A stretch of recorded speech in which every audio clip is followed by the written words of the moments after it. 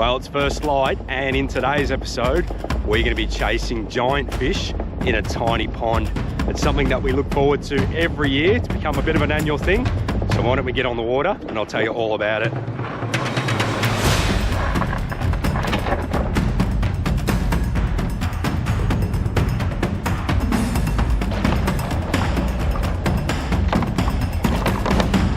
Okay, and we have arrived and we've just hit the water. So the giant fish that we're targeting today are stonker trout, and what they are ex-broodstock trout, so they're our breeders, and they're very, very big, sizable rainbow trout. And today, the little pond that we're fishing in is Karkarook Lake, which is probably about 25 minutes from the Melbourne CBD, a really accessible area. It's quite a small lake, it's a family fishing lake. I've just set up my rods now. A rod to my right, which I'm just going to be trolling a hard body lure. And also on the other side, I've got the other rod holder there, which allows me to troll a rod on each side. All right, so in terms of gear that you need for this style of fishing, you don't need to go too... Oh, here we go. You get that idea? We're on. We are on. Here we go. Let's talk about gear in a minute. Yeah, this is definitely... Oh, this is a little stocky, I think. Oh, look at that. Not what I was expecting. Just a little stocky, not one of the big stonkers that we're after. Beautiful little fish. Let's get him back on his way straight away so he can grow to be a much bigger fish. There you go, matey, on your way. And off he swims. There is our first fish of the day. Definitely not the one we're after. A small fish that's only that big still makes that rod buckle over. So let's get these lures back in the water. And hopefully the next one we catch is about 10 times the size, because that's what we're here for, is the big ones today. So just so I don't have to clip the rods into place, I'm just running with soft drags today. And the reason for that is these are obviously really big fish. We're talking, you know, fish this size. And that way, when they hit those lures, what it's going to do is just going to pull line without ripping your rod out of the rod holder. Now, there are clips and everything you can put on these. I just find that's an easy way of doing it. Get the fish, let it run for a little bit, and then tighten that drag, and then get it under control.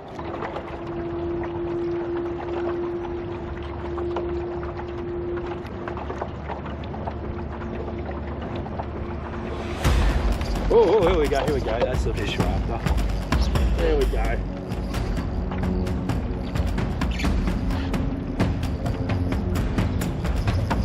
There we go. Whew.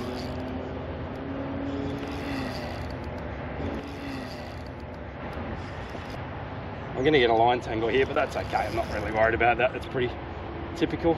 This is a big fish. Whew. There it comes.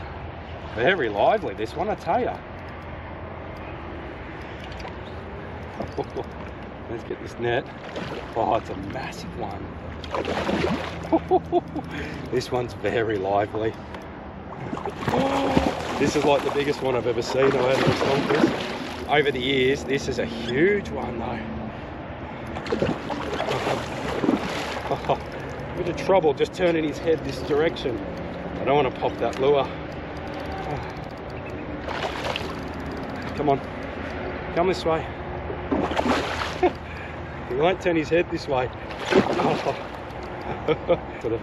Oh, this is the biggest one I've ever seen. Oh my God. All right, this is the biggest one I've ever seen out of all the stonkers over the years.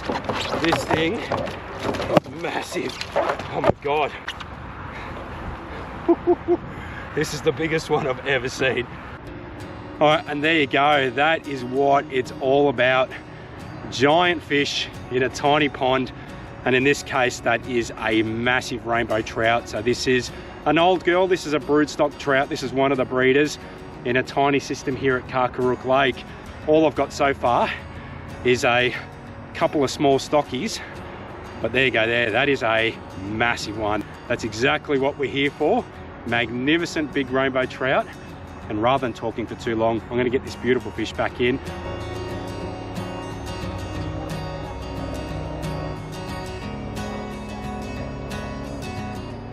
And I'm just having a look at my hard body lure now, and the trebles are absolutely cooked on that. So what I think we'll do is we'll retire this lure. I've caught a lot of fish with this one. So this is just a Duo Realis Ryuki spearhead. I like it just because of the diving depth. So, but that's what I caught that fish on. And as you can see there, the trebles are absolutely cooked. In terms of variety of what I like to take with me, Tassie Devils, pressed metal spoons, a range of more pressed metal spoons and spinners. You've got a couple of mid-diving hard body lures. Vibes, I don't tend to use those. That's more when I'm targeting yellow belly and redfin. You've got some more hard body lures, some really shallow diving hard body lures, ones like that look awesome. Some really smaller ones which I use more in streams. And then here you've got a range of other spinners and hard bodies. But take out a variety. As I said, if I'm land-based fishing, there's some really cool long casting stuff like that that's going to get you a really good distance. What I'm about to do now is I'm going to tie on one of these. And what I like about these is just that bib. It's going to get you down to probably about 1.5 meters deep, which I think is perfect for trout. So this is all part of the $96 million stimulus to encourage people to get out there and get fishing. And what Victorian Fisheries have done is they've identified 17 family fishing lakes around Melbourne, Metro Melbourne and surrounding areas, and they stock 1,000 of these giant trout, which is a great opportunity for you and your family to get out there and get stuck into a few. Now, I know there's some people watching this that are dead set against this form of fishing, and I respect that. I'm not here to convince you otherwise. I know they're not a wild trout. They don't fight very hard, and you hear terms like pellet pigs or wet socks and stuff, and I get all that, and as I said, I'm really not trying to convince you guys otherwise. But for a lot of people, this will be a fish of a lifetime without having to travel 3 or 4 hours to some of your premier freshwater systems. Being able to go maybe 10 or 15 minutes from a metro spot in Melbourne and fish that with your kids or your family is something that's really, really good. Now, this has become an annual thing. I think this is the 4th year, and typically this is done around the end of August.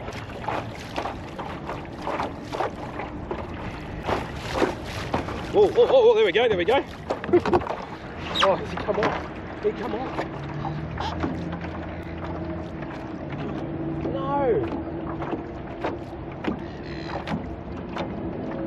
Oh, no. Oh, that was hammered. All right, they're switched on now. It's too slow. Oh no!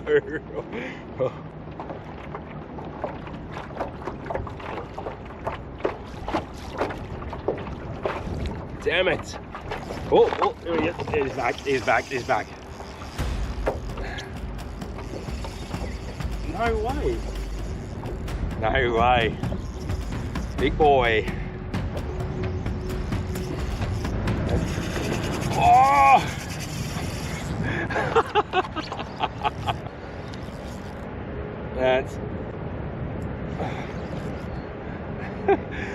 That seriously was a quarter of a lap of the lake since the last one. He's going right behind me now. Oh, they're real lively today. He's just spinning me. This is going to be pretty awkward to land him now. Oh my God! That is insane. There we go. Oh my God. This is ridiculous how they're fighting harder this year. They really are. Oh. This is so much fun. Oh. Can't believe how quickly we've caught the second one after that slog for the first one. Now I've got this drag locked now. This is just a ginormous fish. Watch him leap out of the water like that. That was cool. I'm going to end up on the bank here. Come on, matey. Oh, got him. Got him. Oh, no, I don't. Yes, I do. No, I don't. Yes, I do. Oh, my God. They're getting heavier and bigger. Oh. All right, there you go. How good is that? So that is our second fish. So lively. This one took off and leapt out of the water. I think that one took that lure that Jason on the Edge Lures gave me. So I'll have a look at those trebles, but that was so much fun. And I tell you what, I know a lot of people say they don't fight hard, but when you've got a fish of that size, leaping out the water is awesome. I'm going to stop talking. Let's try and get this one in the water. It'd be great to get this one released and on its way.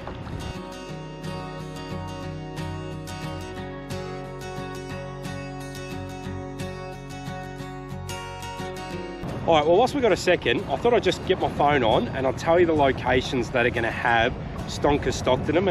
Albert Park Lake, Berwick Springs, Casey Fields Lake, Caulfield Racecourse, got Don Lake in Healesville, you got Emerald Lake, Ferntree, Gully, Quarry, you got Garfield Lake, you got where we are today at Karkarook Lake in Moorabbin, you've got Lilliput Lane Reserve, which is in Pakenham, you've got Lillydale Lake, you've got Navan Park Lake, which is in Melton, you've got Pakenham Lake, you've got Rowville Lakes, which is Sutton and Hill Lakes, so both of them.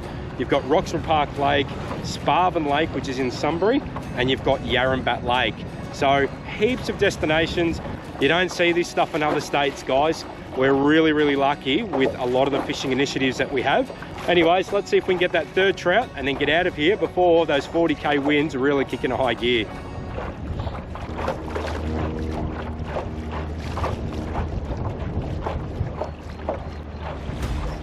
Oh, here we go, here we go, here we go. Same spot, here we go.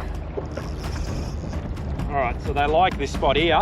And what's good is, this is the hat trick. Oh, look at it go. This is the hat trick. So we might have to put this in reverse and pedal ourselves back out. Oh, here we go. Woo! We got the 3. Oh yeah, this one's not fighting anywhere near as hard. Oh my god, what did I say? Oh, when they don't fit in the net, you know you're gonna... Well, there you go, that's the third one. Just give you some perspective, look at the size of this fish. That's massive. All right, let's see if it'll release, and if it won't release, there's some families up there that I'll give it to. Now these fish, unfortunately, they don't release very well, so you got to get them back in the water very quickly, and even then sometimes they'll just go belly up. So there's a few families here, so what I'm going to do is I'm going to give that to one of them. How good's that, eh? Look at that, the young bloke, and he's carrying a massive trout. That's so good. With all stock trout around Victoria, you've got a maximum daily bag limit of 5, and only 2 of those fish can exceed 35 centimetres. So if you are going to come out and catch some of these stonkers, remember you can only take 2 home. But today, the water clarity is absolutely horrendous, and it does make you kind of second guess what lure to tie on when you've got those situations. So generally when I see these really dirty, murky water conditions, I'll generally tie on something that's really nice and bright and shiny, hoping that it might stand out a little bit, making it easier for the fish to see. Now in terms of rod and reel combos for this style of fishing, you don't need to go too heavy. And I think you kind of get sucked in a little bit because of the sheer size of some of these really big plump rainbow trout. The truth is they're not very good fighters, and I find I enjoy it the most when I'm using something like a 7-foot, 2 to 4 kilo spin rod with a 2500 size reel that's spooled with about 10-pound braid and then about 1 rod length of 10-pound fluorocarbon leader. So that's my preferred choice. You could up that a little bit if you wanted to. You could go to a 2 to 5 or a 3 to 6 kilo rod, especially if you are planning on flicking really heavy lures, because you want to make sure you're not going to damage your rod tip. So in the past, and a few of my mates, we actually like targeting them on brim gear as well. So if you really like a challenge, get out your 1 to 3 kilo rod and have a little bit of fun with them. There we go, we got one.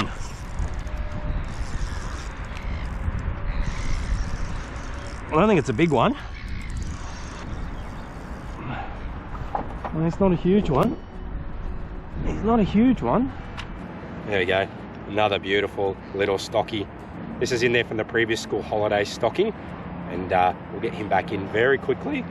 Now in terms of some lure choices for this style of fishing, there really is endless options. For me, I really like using shallow and mid-diving hard body lures in your skinny minnow profiles. So things pretty much from about 65 through to about 95 mil. Really like your shiny bright colours, your silvers and your golds. You've got things like your Tassie Devils, which have been around forever, cast really good, get really good wobbling action.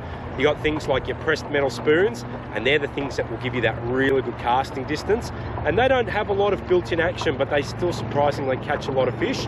If you're fishing in a really shallow area, your very shallow divers or even your surface lures work really well. Now on first light, in your really shallow weedy areas, throwing a bent minnow or something like that can just work so well, and those hookups are absolutely phenomenal. But there's a couple of really good choices. Soft plastics also work really well. I find things like 2.5-inch paddle tails and your black and golds and your sort of black and pink kind of colours, they work really, really well. And you can be trolling them, you can be casting them, working them along the banks. And I think that's what's so great about trout fishing is there are genuinely so many options in how you can catch them. You can catch them with bait, catch them with lures, and catch them with soft plastics. It's a little bit like brim fishing. You could go to your tackle store and there are basically hundreds of options to choose from. But I think that's one of the real fun things about fishing is finding out what matches your style and then really enjoying working your way through different options.